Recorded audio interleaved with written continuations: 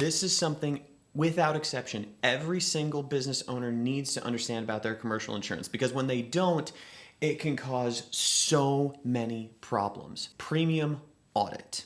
A lot of people aren't aware, especially when they first start their business, that commercial insurance is very, very different on a lot of fronts. But one of the biggest areas that catches business owners by surprise is this premium audit function.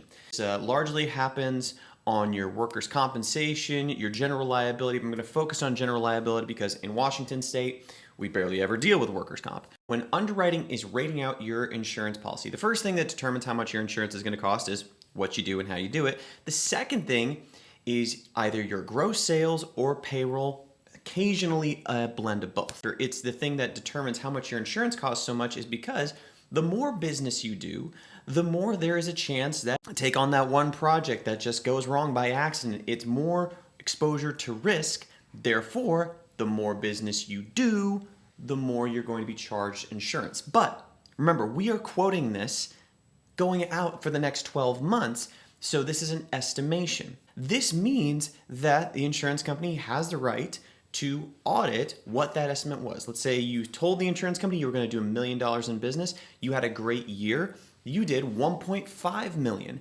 At the end of that 12-month period, the insurance company has the option to audit your records. And so they'll ask, hey, send us proof, send us a profit and loss statement to show us what your sales actually were. This is perfectly legal. This is actually part of what you agree to when you get your commercial insurance. What happens if you had more gross sales? If the insurance company decides to audit you, because it is random, they will ask for that profit and loss statement. They'll look at your financials. And then once they take out all the things that shouldn't be there, then they will say, okay, this is what you owe us in audit. Please pay us this amount after this many days. Now, in Washington state law, they technically can require that in 10 business days, but vast majority of insurance companies are way more chill than that. What happens if you tell the insurance company you're going to do $1 million in sales, but then you actually do, it's a bad year, 750,000.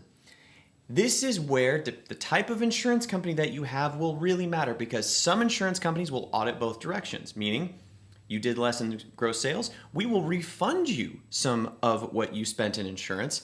And then other insurance companies, they only audit, you guessed it, the one way that it works out for them. And if they see that it's low, they say, well, bummer. This is why it's so important to pay attention to audit, to understand it. And for some of our clients, we'll even show them the math of where they can look at the rate per thousand so they can figure this out themselves, because some of our developer clients, well, they might win a $20 million project and then it's a whole lot more. And so they want to be able to do that math themselves to know what could be coming in audit. Some of my clients, they prefer to have audit at certain times, so we move when their insurance renews to make it easier on their cash flow.